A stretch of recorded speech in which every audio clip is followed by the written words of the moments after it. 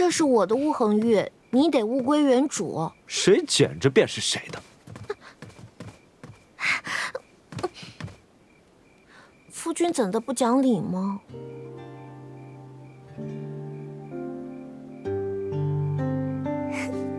我们举手里的事，不会守护与放肆，因为命运的风景中有你影子。我愿化为你的纸，光阴刻下我们的真挚，红线缠绕彼此幸福的样子。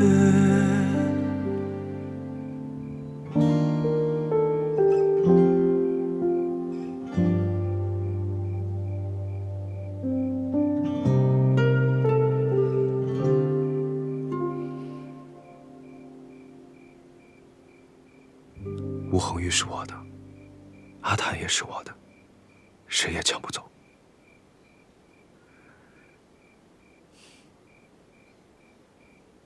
这便是命中注定。我愿举手里的事，倾听你温柔心事，吹碎你眼底星辰，就永远不会迷失。风云聚散，期盼从未知，朝暮若惊，竟不知何时。韶华指引你我许下这情誓，待到花开满山，你与我逢时。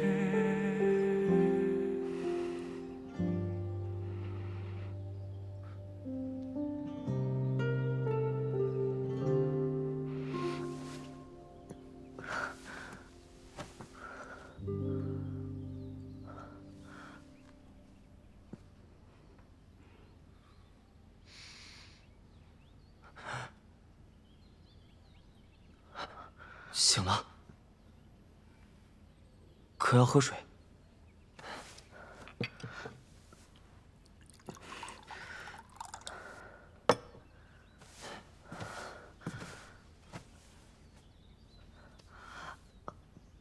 来，慢些喝。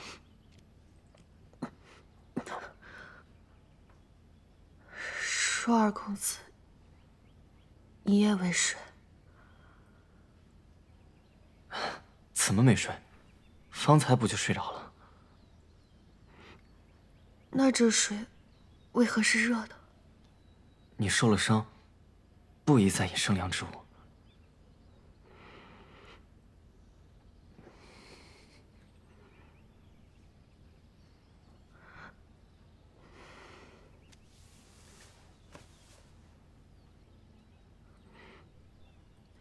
舒二公子，你是不会武的。少时阿旭他们练武时，总拉着我一起，但我悟性差，身子弱，没几日便打了退堂鼓。你明知自己不会武，昨夜杀手来时为何不躲？我若躲开，受伤的便是你。可你若受伤了，我如何向王爷交代？王爷又如何向相爷交代？如何向圣上交代？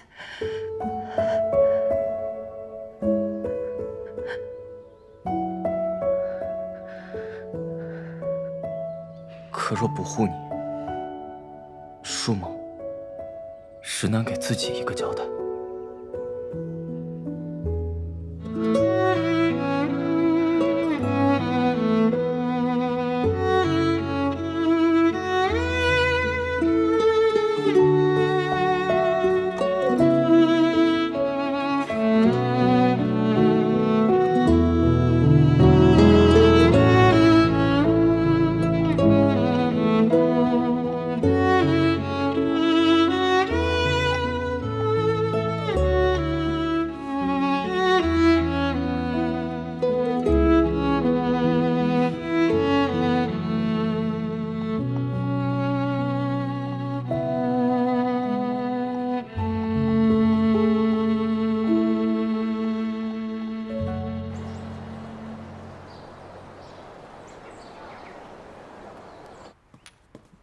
大小姐，请喝药。是按新药房煎的吗？是，按大小姐的吩咐，做药引子的天山雪蝉也是挑的最好的。夫人这坐胎药也喝了几年了，肚子也不见动静，不如……我是心疼夫人，是药3分毒。我若无后，这偌大的苏家往后由谁接手？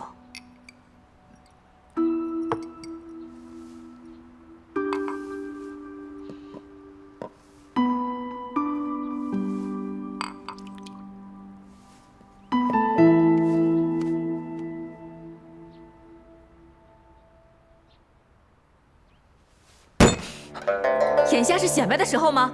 一个个在苏家待了这么久，还一点眼力劲儿没有？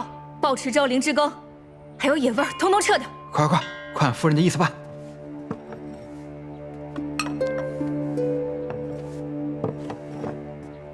夫人息怒，夫人刚喝了药，用碗甜羹压一压苦。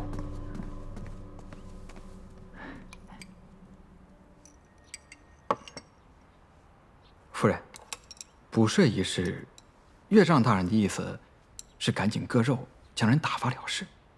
你看，他要我补齐5年的赋税，再加2分利，粗粗一算便是1000万。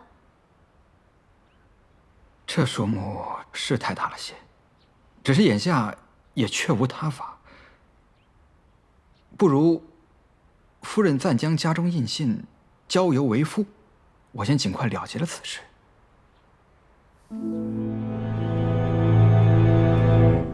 王爷，王爷，王爷昨夜休息的可好？休息的如何，都不耽误本王办正事。玉大人，是王爷。抽解赋税一事不可再拖。若市伯署存心拖延，本王也只能公事公办。届时严查下去，就不是这个数了。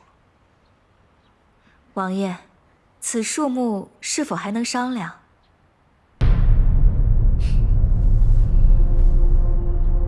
现下是1000万了，苏大小姐可以慢慢想，本王不介意多翻几番。好，就依王爷所言，你即刻去取印信，务必配合王爷，将此事圆满了结。夫人放心，王爷放心，我这就去办。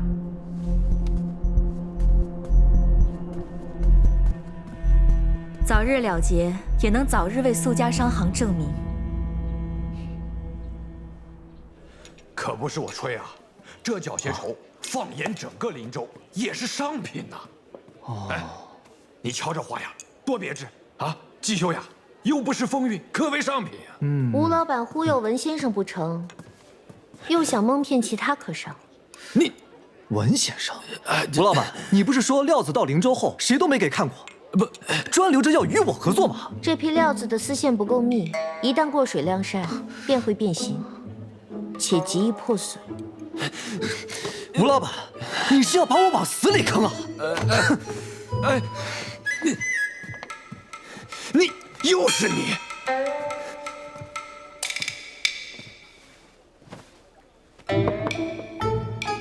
这是何意啊？这批缴械绸我全要了。啊？吴老板与其抱着这批料子四处碰壁，倒不如拿了金子一劳永逸。吴老板何乐而不为呢？我不过想请教几个问题，吴老板只需如实回答，这锭金子便归你。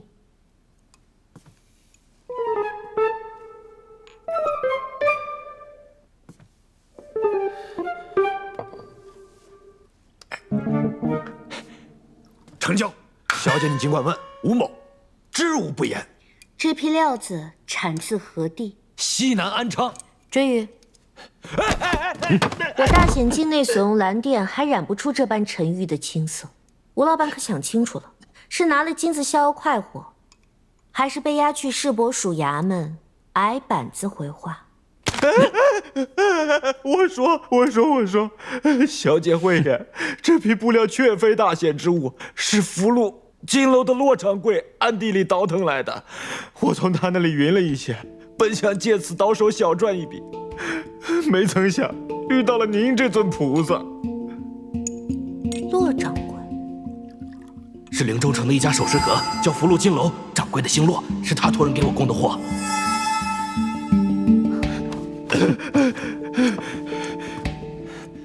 吴老板先前与文先生一直合作，想必对他颇有了解。依你之见，他可曾看出这批料子有异？小姐，您说笑了。文先生那么精明的人，怎会看不出门道？他可是灵州出了名的牙人，自己虽无实业，可灵州大小生意都兜不开他呀。凡是过了他手的生意，都十分的红火。我就是看准了他的生金之能，才攀上他的。小姐眼光独到，见解非凡，实乃经商行家。在下文宗，不知是否有幸能请你吃顿便饭，以谢方才提醒之情。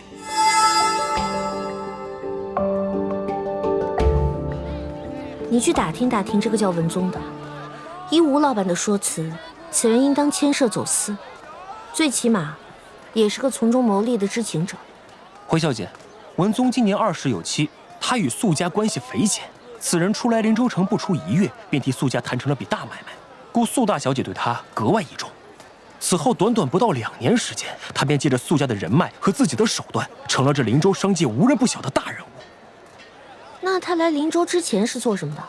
这属下不清楚。此人来历成谜，连是何方人士都无人知晓。哎，你怎的对文宗这般了解？因为您的夫君，我的爷想掀他个底儿掉。昨夜属下见他好似有意接近小姐，故留了个心眼儿，查了查。你们金云卫办事效率果然不凡。小姐，接下来是何打算？去趟福禄金楼，会一会这位骆掌柜。这两人丢了那么多银子，也是时候收网见鱼了。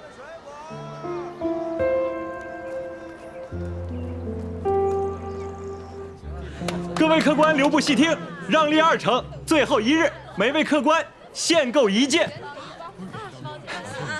哟，贵客光临，有失远迎。不知小姐想看什么样的首饰？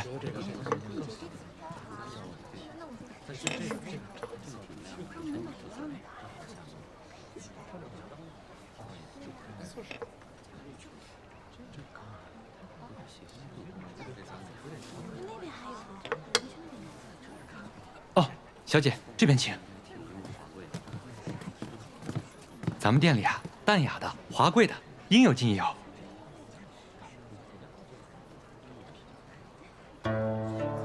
我家小姐最不喜与旁人撞款，要买就买独一无二的。哦，明白。小姐，这边请。这都是咱们店最上乘的首饰，小姐看，可有能入您眼的？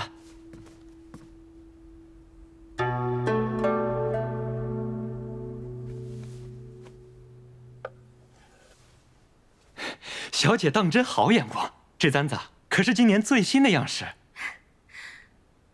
最难得的是它上头的珊瑚，这等质地色泽，即便放眼整个大县，也出不了几粒。福禄金楼果然名不虚传，能引得灵州内外的女子趋之若鹜。原来小姐是位行家呀！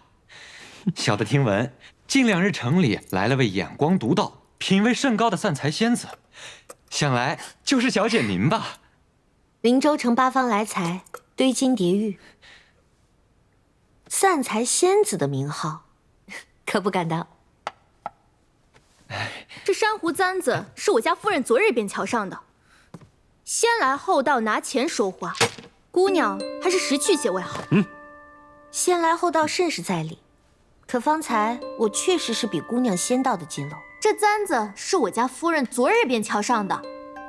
小二，这位姑娘昨日可曾付过定金？不曾。未曾付定，那只簪子便可自由买卖。否则若再来位客人说前几日便瞧上了，那你们这生意该如何做？是，我家夫人可是定北王妃的亲姐姐，干扰她不快，谁也别想好过。眼下定北王就在灵州城，他的杀名想必你们都听说过。你家夫人可是宣威将军府的三少夫人？正是。哦，好你个明主，远嫁灵州还不知收敛，竟敢借着王府的名头在此作威作福。追宇，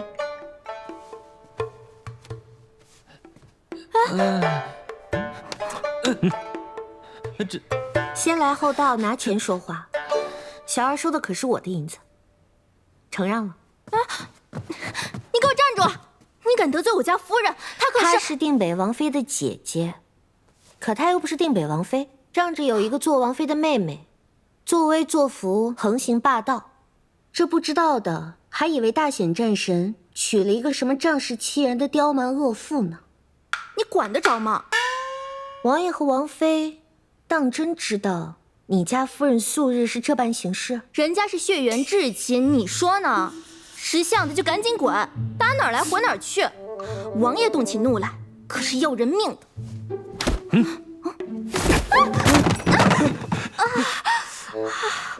好啊，你们居然欺负到宣威将军府头上来了！我这就回去禀报夫人，带夫人给王爷递去消息。你还有你们金楼都没好果子吃。哎，灵芝姑娘，咱有话好说呀！你给我起开！何事吵嚷啊？灵芝姑娘，这是怎么了？你问他。骆掌柜。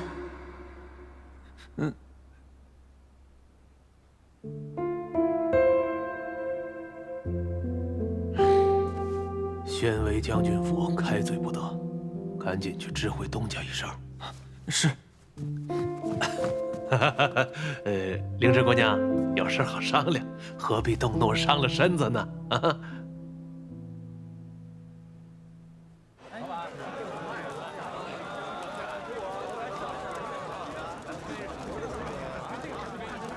苏大小姐平日里树敌颇多，若非如此，出门何必这般真诚？京畿官员日常出行，也不及你一半为是。苏家行商一向低调，今日也是沾了王爷的光。王爷乃护国柱石，虽微服出巡，该有的护卫还是得有。话说，怎未见舒翰林与王爷同行？管家说他一早便出门去了。舒儿对行商之道不感兴趣，自是去南街淘字画吧。苏大小姐不必费心。公子若喜欢，承本价带走。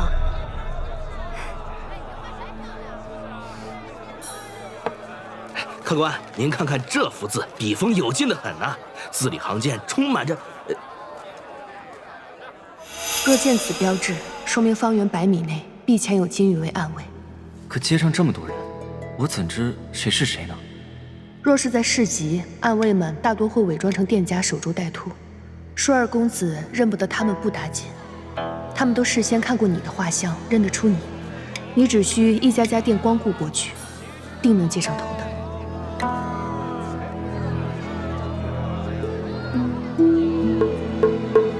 苏家产业大，涉猎广，本王正想见识一番，讨教一些生意经。王爷这话可折煞我了，能得您指点，才是苏家之幸。苏家产业虽多，但走的都是正途，能有今日，也是先帝和当今圣上宽厚倚重。东家，小的寻了好些地儿才寻。放肆！不怕冲撞了王爷？急赤白脸的，什么事儿？咱们金楼里闹出大动静了。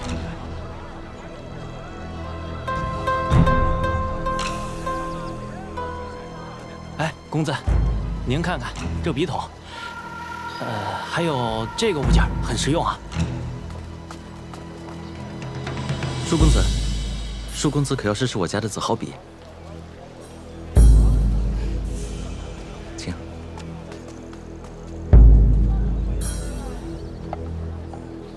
你怎知我姓舒？玉带巷第2个拐角，右手边自巷尾往前数，第5户宅院。王爷虽放出了世子回京的消息，但苏家眼线未撤，暂还不宜接头。你们小心藏好，待时机成熟，我们即刻前去。好。来看一看，客官手工编织的好走啊布老虎。好嘞，多谢客官。我5天才能做一个呢。啊，客官您看看吧，各种样式。哎，这个里子挺好的，这个布料更好。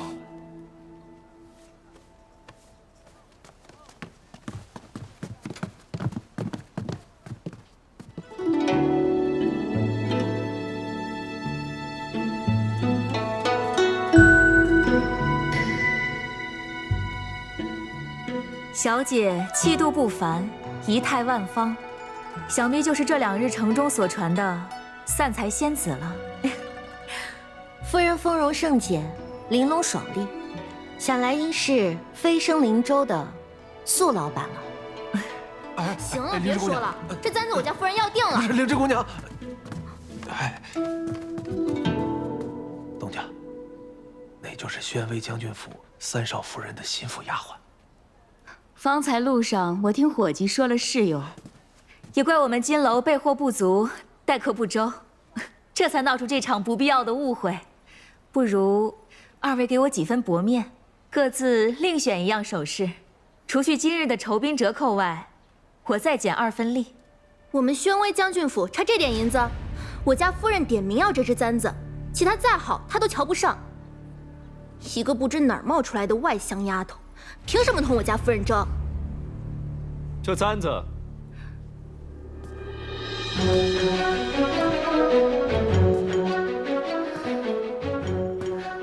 我要。你谁啊？说要就要，口气倒是不小。放肆！东西呢？在这儿。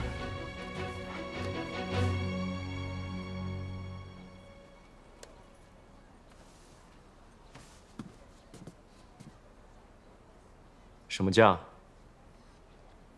得王爷青眼，是这簪子的福气，这簪子就赠与王爷了。回去转告明楚，若他日后还不知收敛，本王会亲自教他如何做人。还不快去回话！是。正主打理，好生痛快。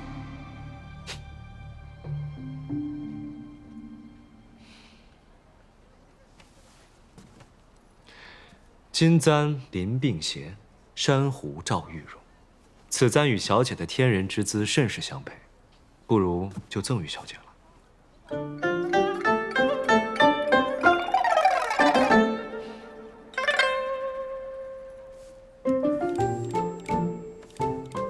多谢公子。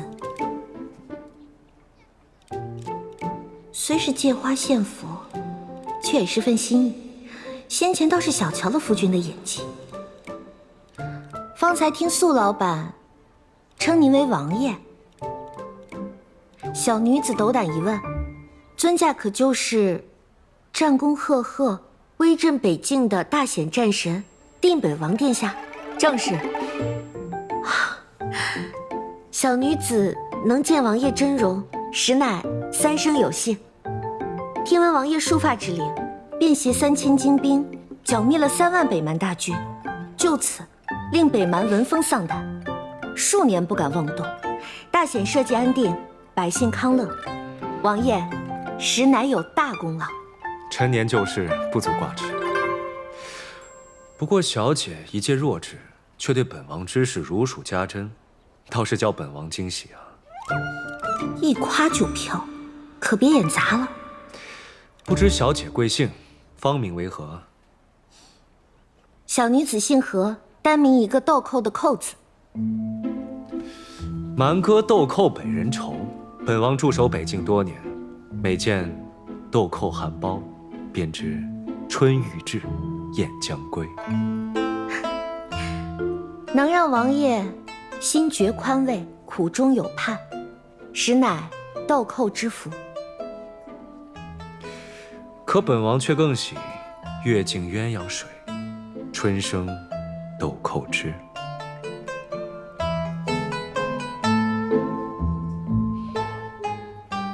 爷向来惜字如金，何时这般能说会道了？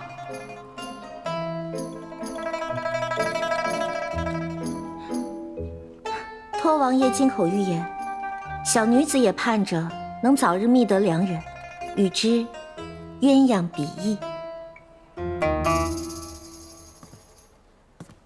今日怠慢了何小姐，我心中有愧。既然王爷与何小姐一见如故，我便斗胆做主，邀何小姐赴宴同乐。甚好，何小姐不许推脱。王爷与苏老板盛情，小女子却之不恭。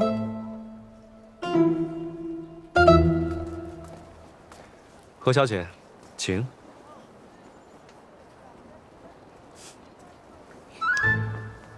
多谢王爷。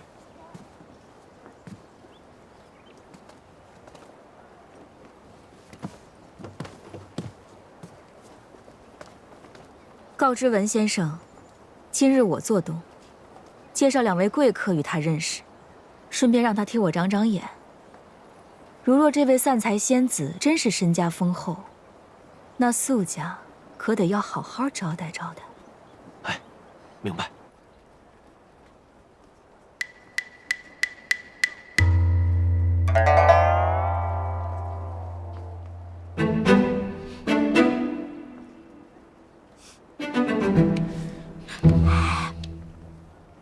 本王的王妃手还牵不得了。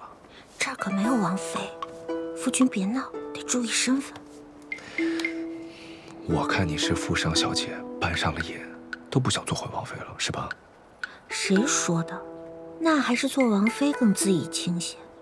毕竟也没谁敢欺凌到王妃头上来。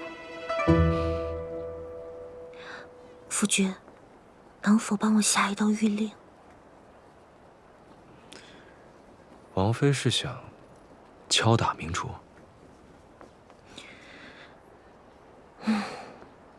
夫君的威望与战功，都是沙场上一刀一枪拿命搏来的，我岂能容他这般好赖不凡，借着王府的名头横行无忌，四处欺人？本王并不在意。那也不成，我还没糟蹋呢。你想怎么糟蹋？这可得让我好好想一想。毕竟王府家大业大，糟蹋起来可非一日之功。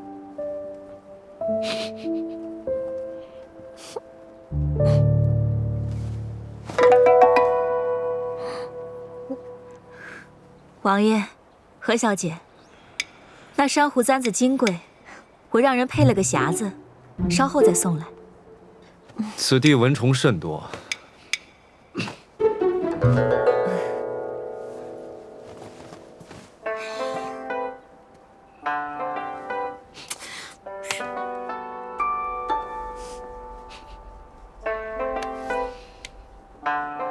松开，松开！夫君怎么跟快递膏药似的？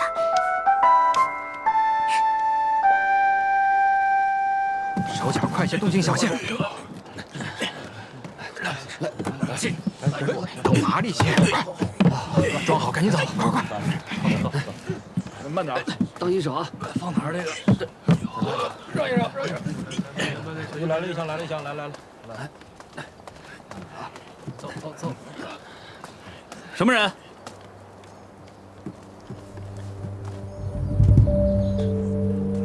是我。故人将后院不用的旧物清走些。旧物怎会这般沉？大小姐知道此事吗？这点小事，我还做不了主吗？成日里来大小姐长，大小姐短，你眼里还有我这个主子吗？大小姐知道此事，姑爷做什么，还轮不到你多嘴。一个赘婿，还真把自己当主子了。在大小姐眼里，你和我们有什么分别？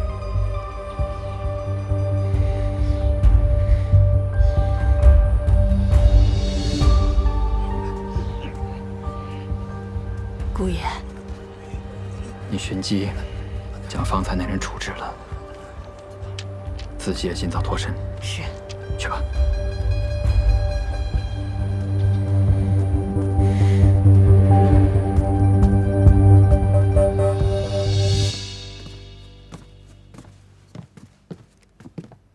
王爷、何小姐，稍坐，我去同掌柜的嘱咐一二。有劳苏老板了。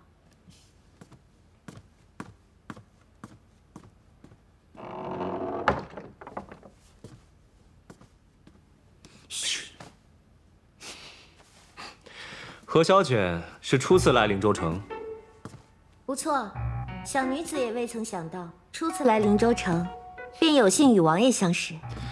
天价良缘，恰如其时。哎呀，王爷莫要说笑了。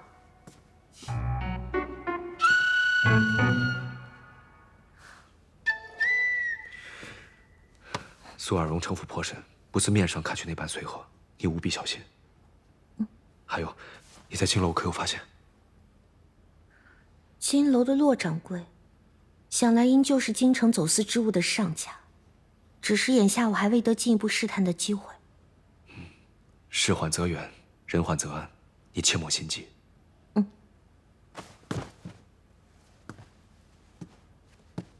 爷，进来。爷，玉伯忠已出城，往约定之处去了。即刻去趟宣威将军府，传本王谕令，斥明楚私德有亏，具体如何，你看着办。是。此等节骨眼上，玉伯忠不在夫君眼前巴结着，出城去做什么？贪心不足蛇吞象，本王要借玉伯忠之手，让苏家主动补齐灵州拖欠的所有税款。仔细盯着菜品酒水，不可有半点疏漏。是。挑机灵的伺候着，千万怠慢不得。是，东家。还有，把徽楼的姑娘们都请过来，记得叫上青雨。是，我即刻就去。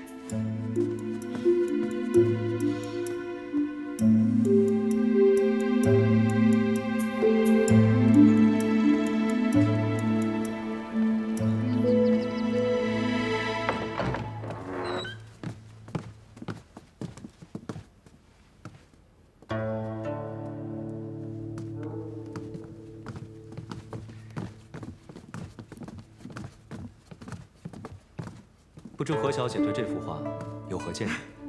王爷见笑，阿寇并不善丹青。王爷、何小姐，久等了。我特让厨房准备了几样灵州的特色菜，费了一些功夫。有劳苏老板款待。其实今日我也是沾了王爷的光，不如改日我做东，请苏老板与王爷拨冗赏光。我这人最爱热闹，自然要去。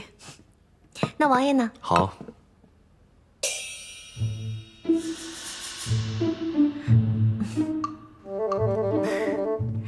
何小姐风姿绰约，又正花性年华，想必素日有不少人拜倒在你石榴裙下。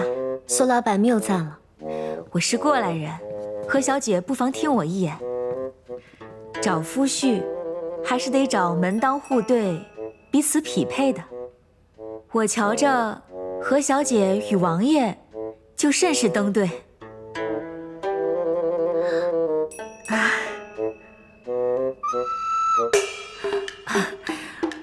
王爷恕罪，我行商多年，快人快语惯了，一时竟忘了王爷已然娶妻。苏老板抬举了，我一介女商，何德何能敢与王爷相配啊？何小姐与王妃确有几分相似。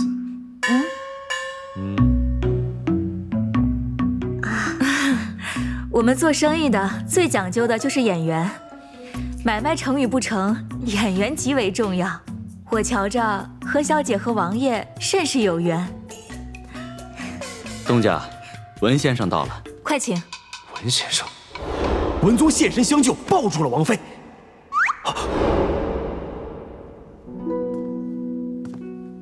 年纪不大，斯斯文文，相貌还挺清秀。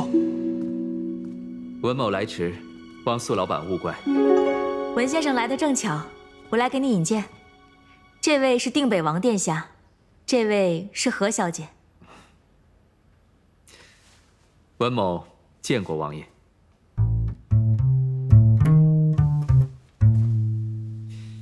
原来小姐姓何。你们认识啊？与其说认识，不如说有缘。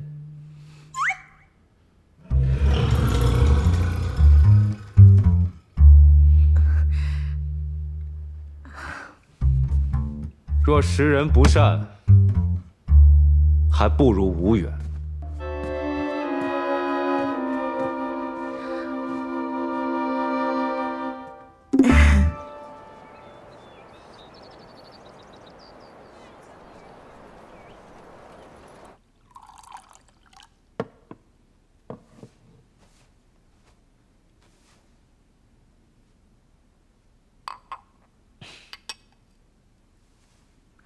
不知何小姐可有兄弟姊妹？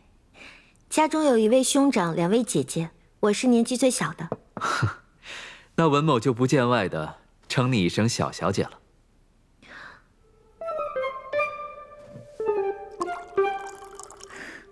其实今日宴请何小姐，我是有私心的。前些日子我收了几样物件，也不知是否真如说的那般好。城中掌柜的都赞何小姐有一双慧眼。我便想着，请你替我验验，看是否受人诓骗。苏老板做古行商多年，眼光见识自是比我高，您过谦了。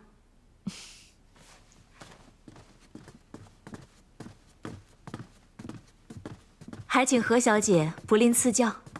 不敢不敢，我至多就是欣赏一二。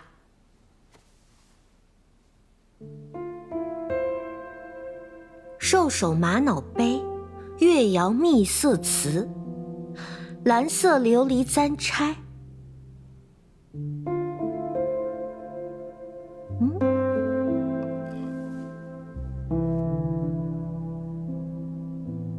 金晶石乃南律独有，但若不细看，极易被认成色色石。色色石价高，若以金晶石鱼目混铸，确是宝类。当真是样样稀罕金贵，价值不菲啊！这只蓝色琉璃簪钗，小小姐以为如何？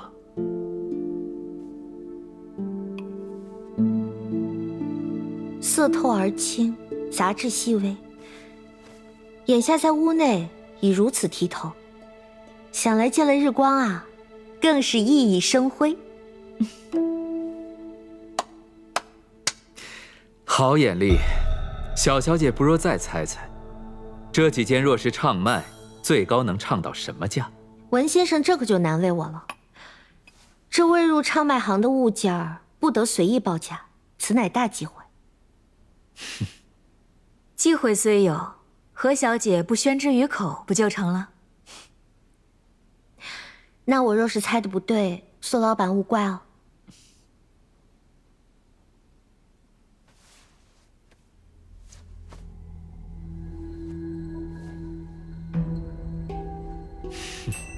如何？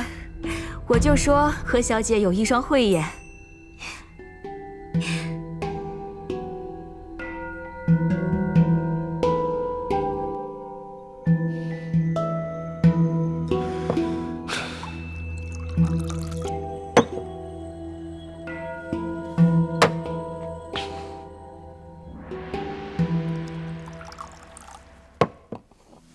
这玛瑙杯是玉髓所制，酒入杯后会愈发香醇。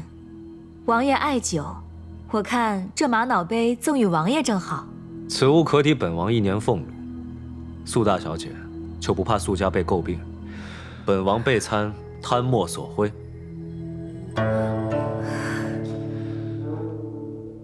本王一介武夫，比不上文先生会赏识，此物不如赠与他。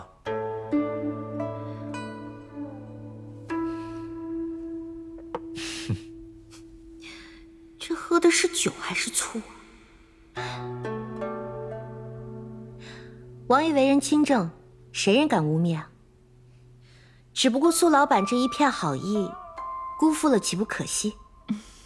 依我之拙见，不如苏老板将这玛瑙杯折现，当作给定北军军需的募捐款。二位意下如何？如此一来，既全了苏老板的心意，王爷与定北军也会感念于苏家，于名声上更是坦荡。若是圣上知晓了，说不定还会嘉许呢。如此，甚好。所谓两相圆满。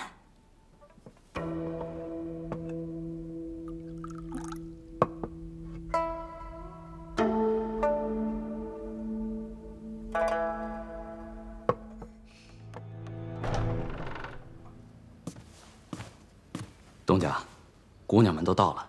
他呢？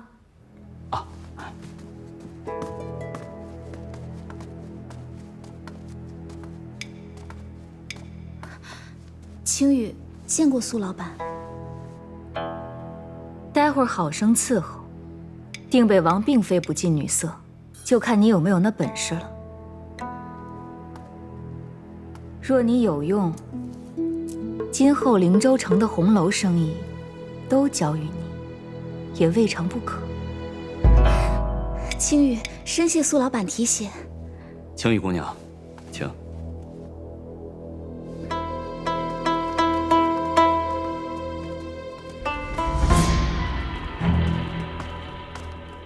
大小姐，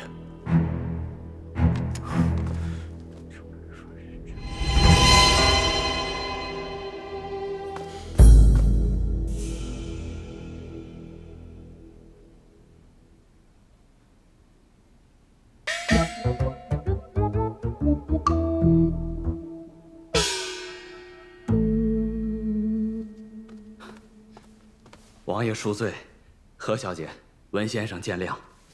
东家突有要事，需抽身片刻。叮嘱小的好生招待诸位贵人。小的请了徽楼最好的姑娘前来抚琴，给贵人们助兴。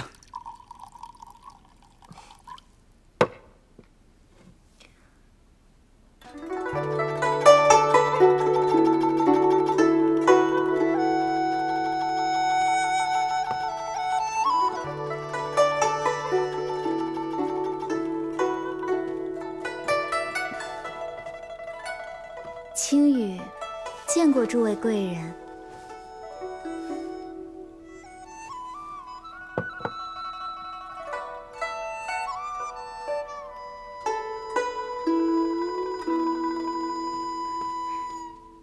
上回伺候王爷不周，是青羽的不是，还望王爷宽厚，给青羽一个将功补过的机会。上回。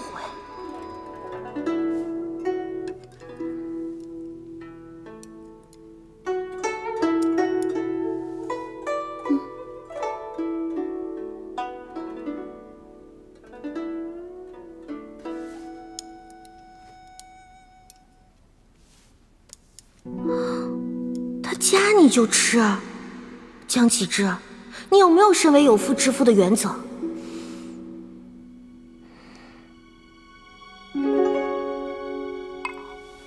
能与小小姐相识，实乃缘分。若不嫌，文某愿做你在灵州城的知客，保准你在此乐不思蜀。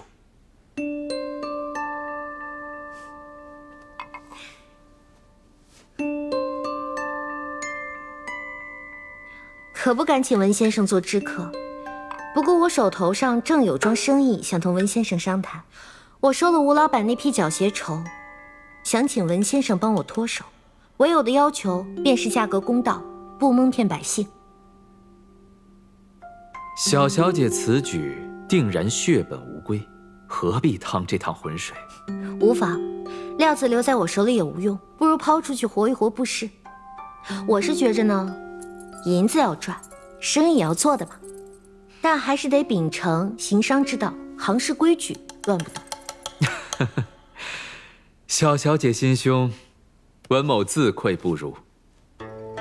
文某自罚一杯，小小姐随意。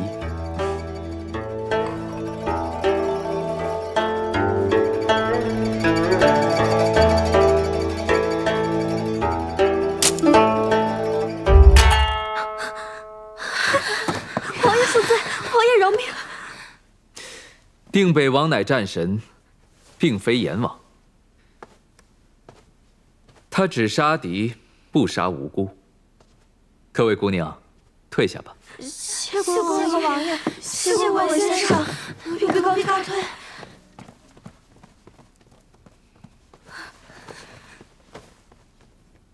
文先生也懂棋？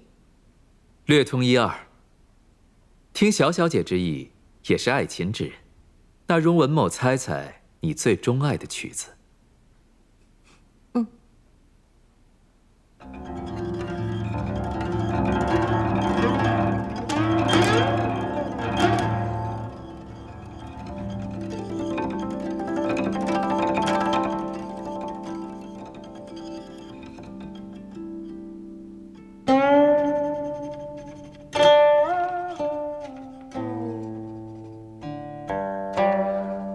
文先生怎知我钟爱此曲？心有灵犀，自不言而喻。弦断不及。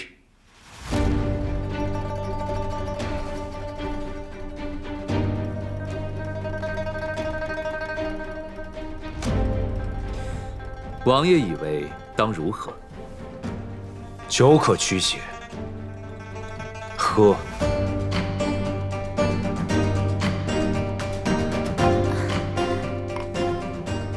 文先生，请。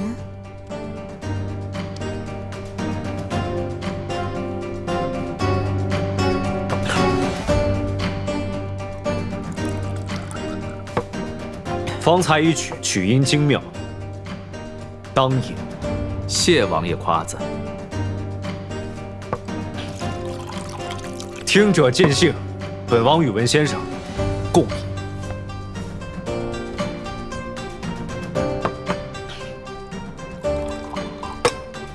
酒寻至时，当饮。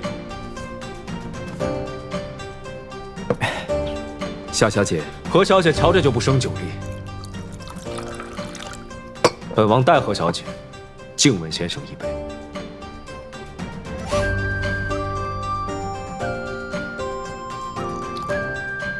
请。这是要拼酒还是要拼命？叫人再送5坛精酿来。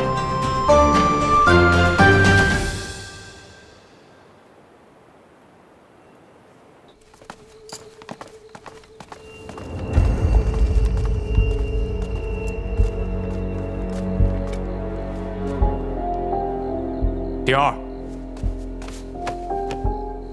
禀大小姐，小的今日见姑爷搬走好些箱子，但吴嬷嬷说您知晓此事，谁知后来吴嬷嬷竟想杀我灭口，幸而刘武大哥及时赶来。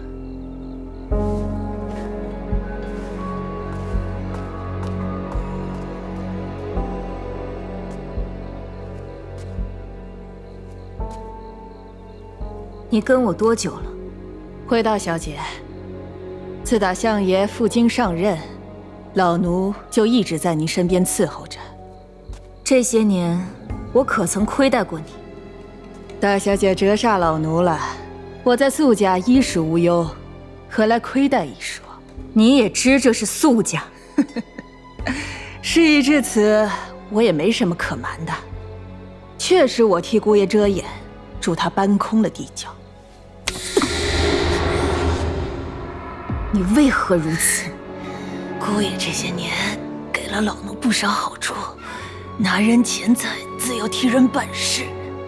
况且大小姐将姑爷当下人般使唤，老奴实在看不过眼。好，很好，一仆二主，你就不怕有命挣，没命花？无酒不成席，喝。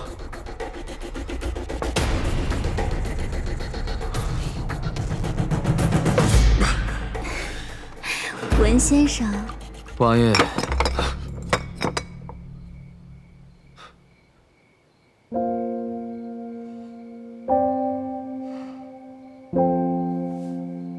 王爷，好酒量，喝。王爷没事吧？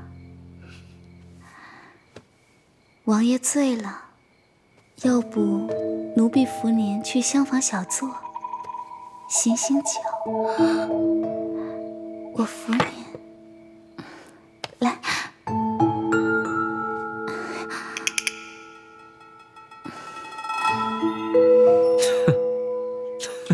喝几口黄汤，就原形毕露了。王爷，不必。既然王爷与文先生相见恨晚，酒逢知己，那我就不打扰二位一醉方休了，告辞。小小姐，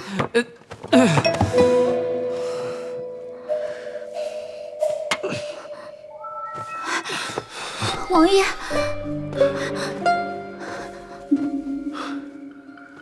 废物。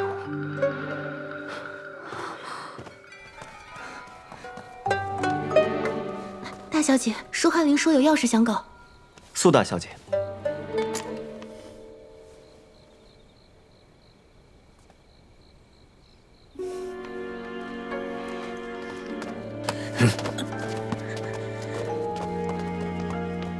苏大小姐，可是遇到了麻烦事？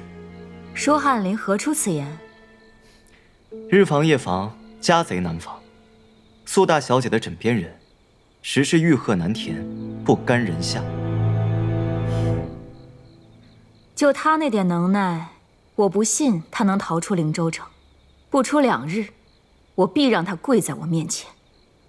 若他只是苏家赘婿，苏大小姐自能如愿；但若他平日只是伪装，实际另有身份呢？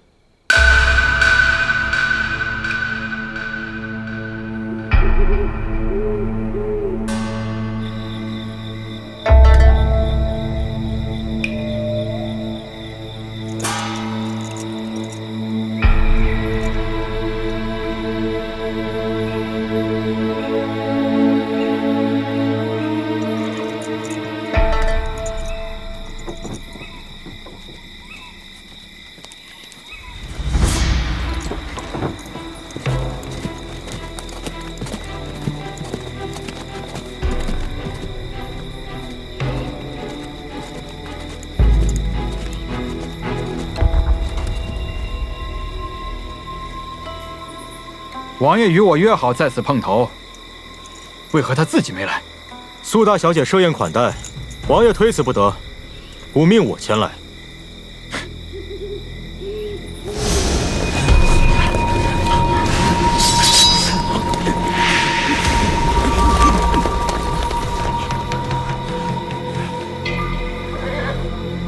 这是何意？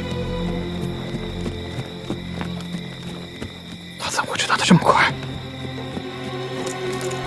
俞伯忠，你这个背信弃义、吃里扒外的东西，王大小姐这般信任你。王爷说这是苏家家事，与他无干。将须出尔反尔，存心耍我！你打着海幽门的名号与本王交易，是想借本王之力倒戈苏家？这么多年来，朝廷不断派人前来，意欲探查苏家秘辛。可最终都是有来无回。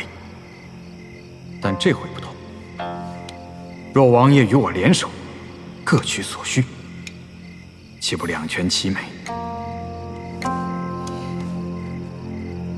门主有良策，只要王爷将苏尔荣拖住，我便能将苏府的钱财转移。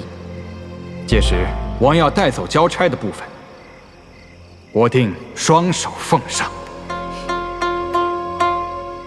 门主好算计，我竟着了他的道。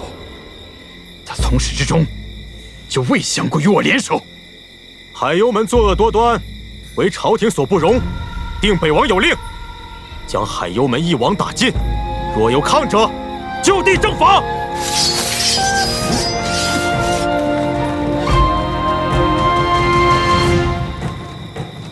大小姐眼中容不得沙子，你既判出，便不配再为苏家人。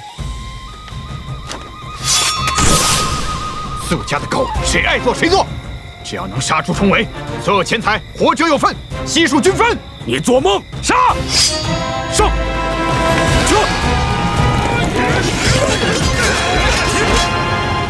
何小姐，文先生与王爷都喝大了，你送2碗解酒汤上去。哎，多放些醋，2位爷爱喝。小的这就去准备。嗯。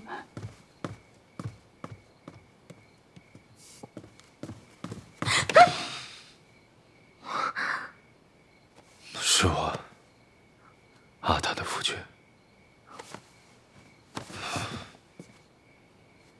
王爷喝醉了，醉了才好，醉了才知夫人是千般万般的好，谁也比拟不得。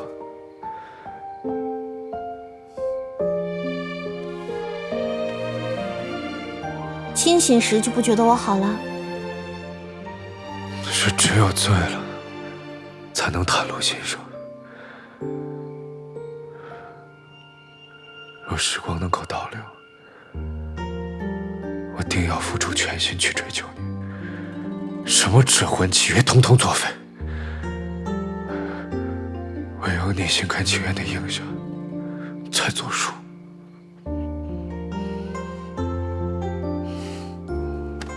王爷身边有青羽、绿羽、红羽相伴，哪还有我的位置啊？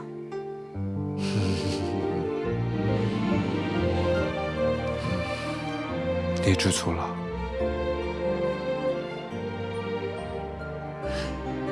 吃了又如何？啊！江启之，你放我下来！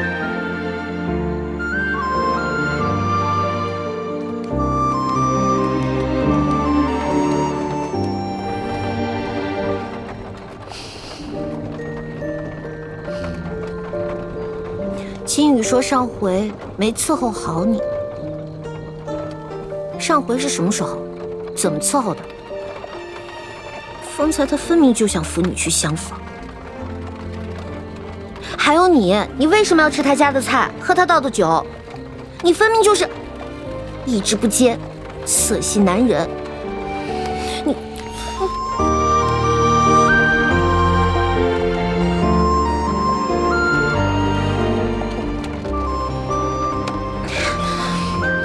你不要以为这样我就会原谅你。阿塔，如若我再追求你一次，你是否会答应？不答应。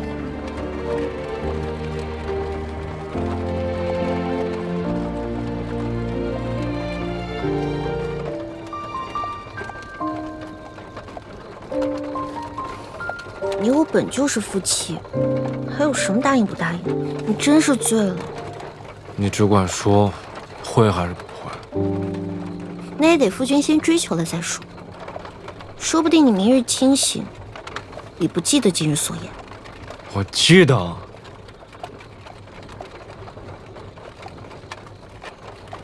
我保证。你还没告诉我，上回到底是什么时候呢？啊？哎呀，上回什么时候？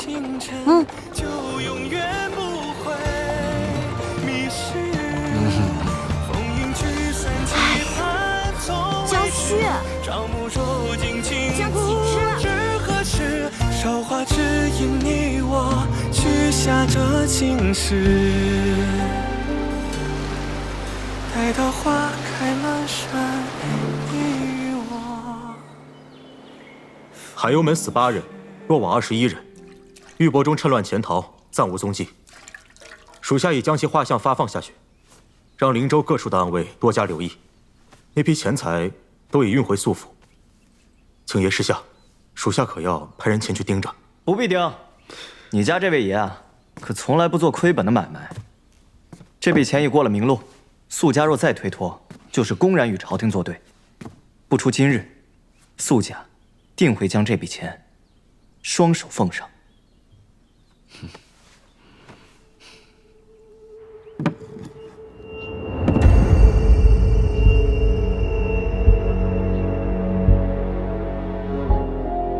这一箱拿下去分给兄弟们，就当做昨夜的犒赏。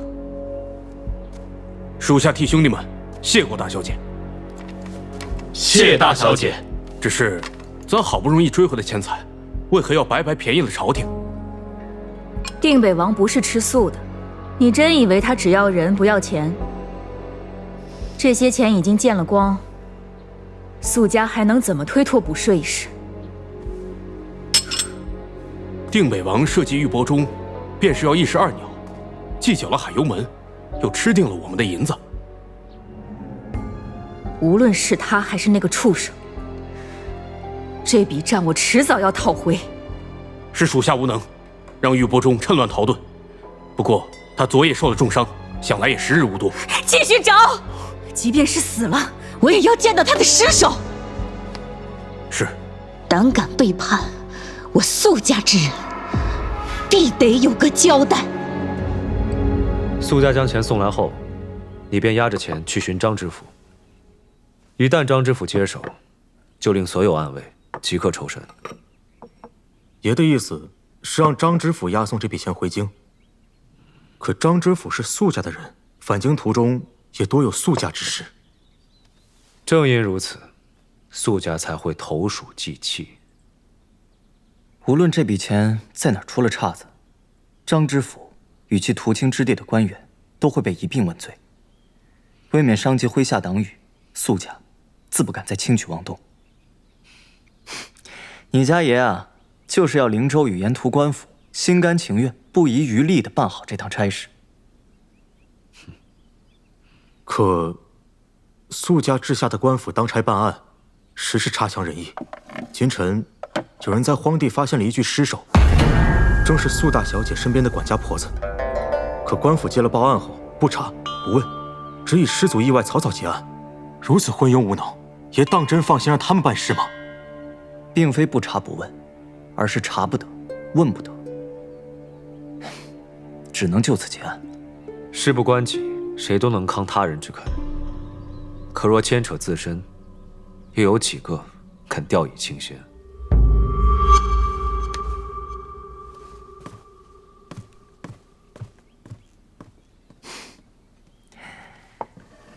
这是何小姐特地叮嘱要给王爷准备的醒酒养胃汤。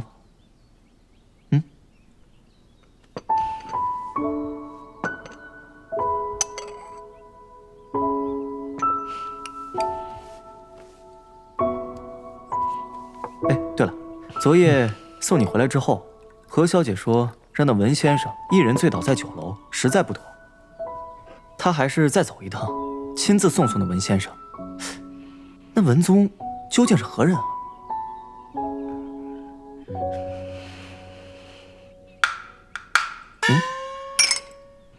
这怎么了？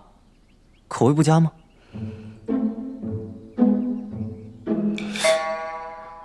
让你和阿玉接头一事办得如何？尚无进展。无进展，你还有功夫在此说闲话？你不知多拖一日，他就多一份危险吗？我何尝不担心阿玉的安危？可苏家盯得紧，我如何抽身呢？这大清早，何来的无名邪火？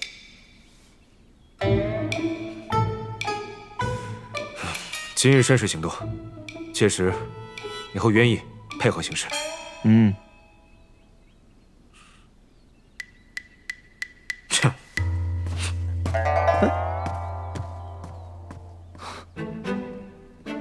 阿旭近日的脾气怎么愈发古怪了？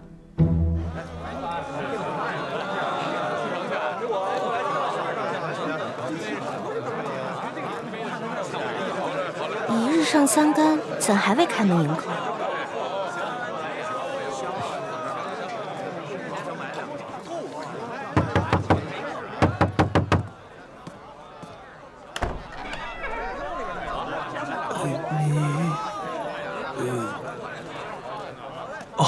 何小姐，您怎么来了？还以为你们今日歇业呢，正愁要白跑一趟呢。怎么会？就算是专为何小姐，小店也得营业。快，里面请。何小姐随意挑选，喜欢什么尽管试戴。不必，我实则有事相询。骆掌柜，您帮我看看，这簪子可是从您这儿出去的？啊，我没见过这簪子，小店也从未售卖过这种款式。我没问是不是从店里售出的，我问的是不是从你手中售出的。骆某在福禄金楼做掌柜多年，所收物品皆有记录。许是一些商贩打着素家旗号，在外头招摇撞骗，错不得说。原来是这样啊！骆掌柜名声在外，是不是常有人打着你的旗号招揽生意？林州城有一吴老板，我刚从他那儿收了一批绞鞋绸，吴老板也跟我说，那批料子是从你这儿进的。如若这吴老板真是打着你的旗号蒙骗客商，那这批绞鞋绸本小姐必得退回去了。届时还得请骆掌柜帮我做个见证，免得人家说本小姐冤枉了他。小小姐何必为难骆掌柜？无论是金楼或布行，都乃素家产业。骆掌柜一介拿月钱的长工，做不得什么主。进货出货如何，都是凭素家吩咐。文先生怎会在此？文某正想挑选一样首饰，回赠小小姐，以谢小小姐昨夜相送之情。还好在此遇见，否则若是未能送到小小姐的心头上，倒显得我诚意不足了。文先生不必客气，不过文先生来此，骆掌柜竟要闭门单独招待，这待遇可是我等凡客比不得的。文先生大驾光临，小店自是要特别招待，这是东家特意吩咐过的。不知小小姐这只簪子有何特别之处？为何非要寻到售卖之人？我呢，不过是想寻些货源，挑多些更稀罕的首饰。这簪子款式别致，上头的图案也与众不同，是我一次机缘巧合下，在一小商贩处买到的。当时可费了我不少银子，才打听出这簪子的来历，便是林州城福禄金楼骆掌柜。我来林州便是为了采买珍品，遇见吴老板后，更觉骆掌柜涉足的行业颇广，定有不少货源渠道，这才前来一问，并非有意为难。可未想到那小商贩，他竟然诓我。小小姐眼光独到，文某对这灵州城大大小小的商铺还算熟知，不如就由文某为小小姐举荐一二。当真？那我就恭敬不如从命，有劳文先生了。小小姐不会为了这只簪子专程来的灵州城吧？都说灵州乃我大显最富庶之地，我确实专程而来。既知骆掌柜处有稀奇之物，我自然不想错过。只可惜乘兴而来，却白走了一遭。小小姐未能寻到心仪之物，岂不是要失望而归？我自小钟爱饰品，若能购得新奇之物，自然是最好的。可若没有，就全当游历山河，开阔眼界了。小小姐娴静高雅，想必是家中锦衣玉食娇养惯的，不曾想还有这般高远的志向。文先生谬赞了，只不过这灵州除了富庶繁华，也并无特别之处。我初来宝地饮的第一壶茶就差强人意，那还是鼎生茶庄价值不菲的好茶，可那茶中明显带着股霉味儿，质次价高，名不副实，也不知来这一遭到底是值还是不值。小小姐这么说，可就有些以偏概全了。这2日我也逛了不少铺子，虽说每家都品质上乘，做工精致，可样式却中规中矩，除了奢华贵重之外，却无独到之处。先前文某毛遂自荐要为小小姐当知客，便是怕你寻不着门道。在灵州城内，真正的好东西都藏得深。若小小姐真想领略当地独有的特色，文某愿为小小姐指引一二。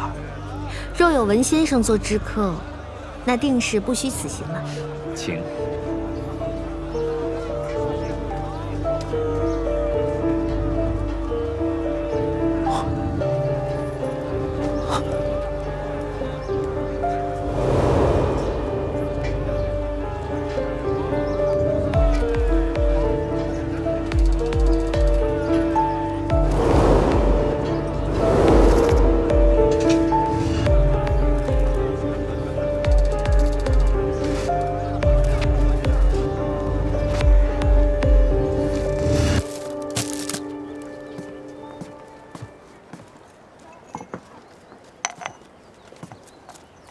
到了。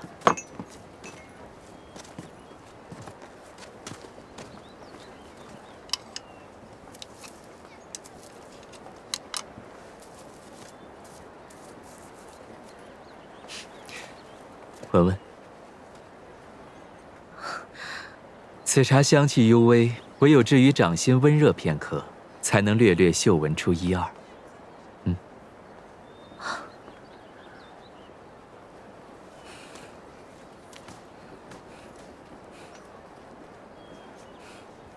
香气清凉，似早春山露，只是不知煎过后风味如何。要喝就坐下，不喝就赶紧走。我们坐。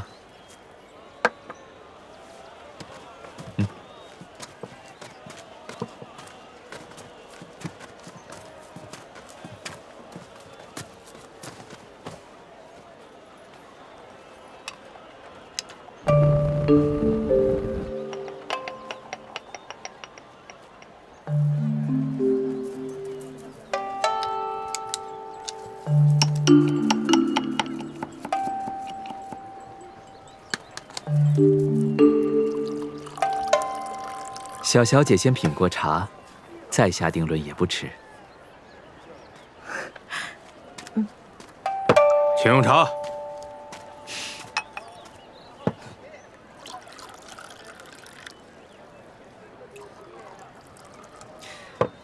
请。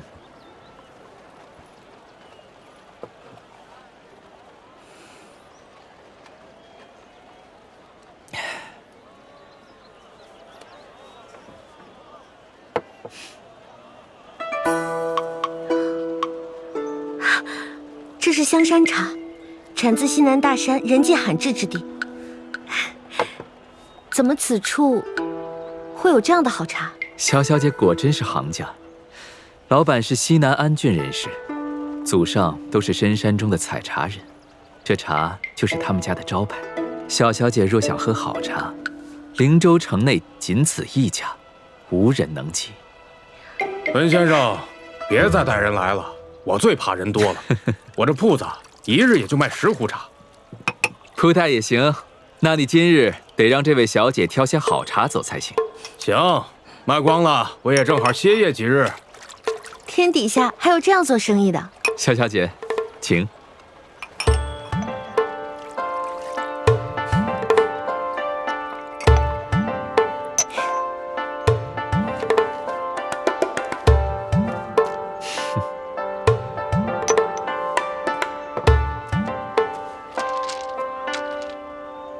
这无妨，本该我来尽地主之谊，我来拿吧。咱们赶紧走吧，再不走，老板要拿笤帚撵人了。请。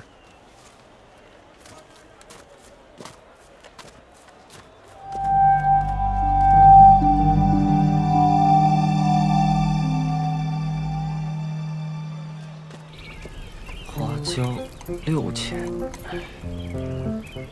茱萸8000。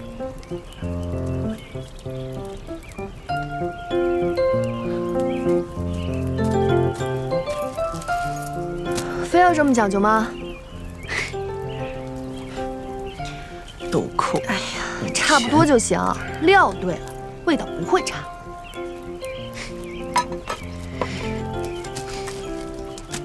云姑娘想吃烧鸡，随时同舒某说便是，何必非得自己学？其实我想学烧鸡很久了，只是一直没有人传授秘方。云姑娘不是说阿旭的烧鸡天下第一，怎能不去向他讨教？我可不敢向王爷讨教。那云姑娘怎敢向舒某讨教啊？舒二公子和王爷自是不一样。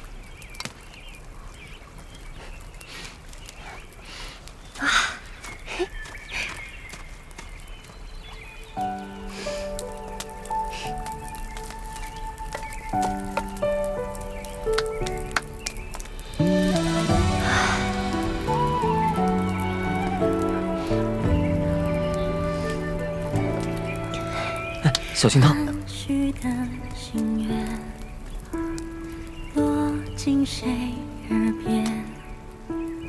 需转瞬的擦肩，写惦念。你是我长夜洒落的火焰。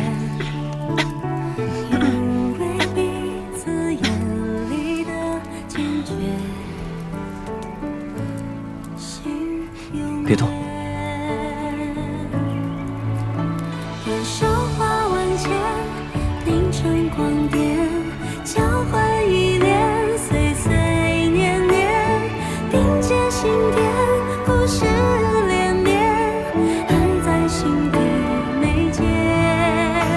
燃烧花万千，你是光点，时光无言，几次流。想不到林州不仅能买到无地丝绣，还能挑到西野琉璃，那副琴弦更是音质上乘，万里挑一。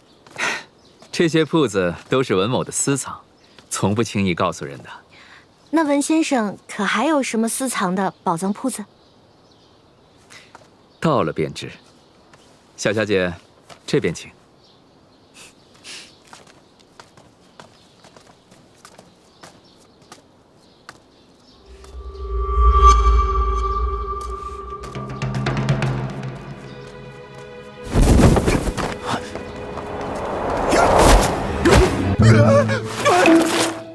爷，王妃身处险境，你为何不出手？王妃有危险？我看王妃今日最大的危险就是被爷跟踪了。那姓文的成天围着王妃阴魂不散，定是对王妃图谋不轨、暗藏祸心。你就没觉得有什么不妥吗？可今日是王妃主动寻上那文先生打探的呀。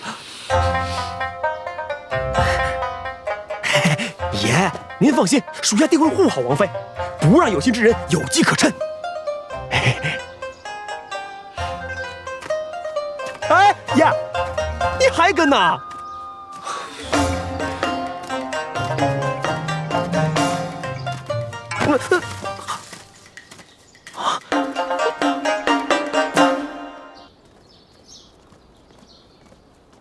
回东家，因这铺子开业10年的酬客之礼，上月的营收较往年同月份整整翻了3番，都是东家出的这个点子好啊！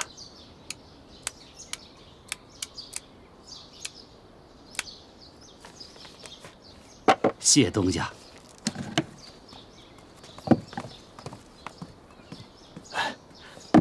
东家，这是上个月的营收，除了本月的本金都在里头了，还请东家查验。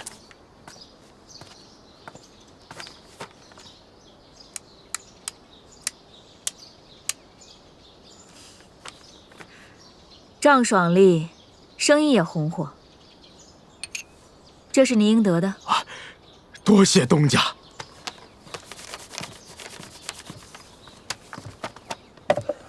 大小姐，定北王的人已清点完了财物，但他们只收了补税该缴的数目，其余已全原封不动退了回来。这世上还真有不爱财的人。定北王今日在何处？方才底下人回禀说他跟了何小姐大半日。他为何要跟踪我？何小姐与文先生在一处。难不成他还真看上那丫头了？你派人去寻何小姐，请她今夜过府一叙。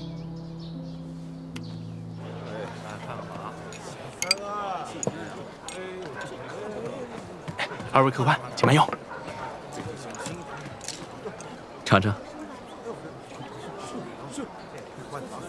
这可是我几日不吃便会惦记的味道。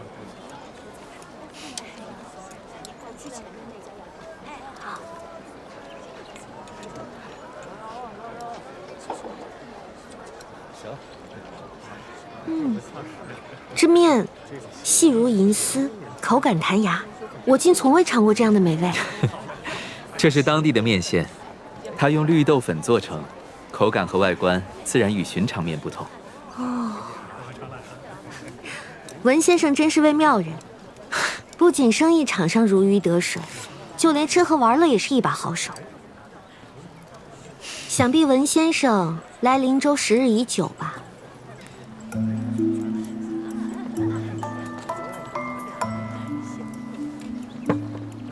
小小姐怎知文某并非灵州人士？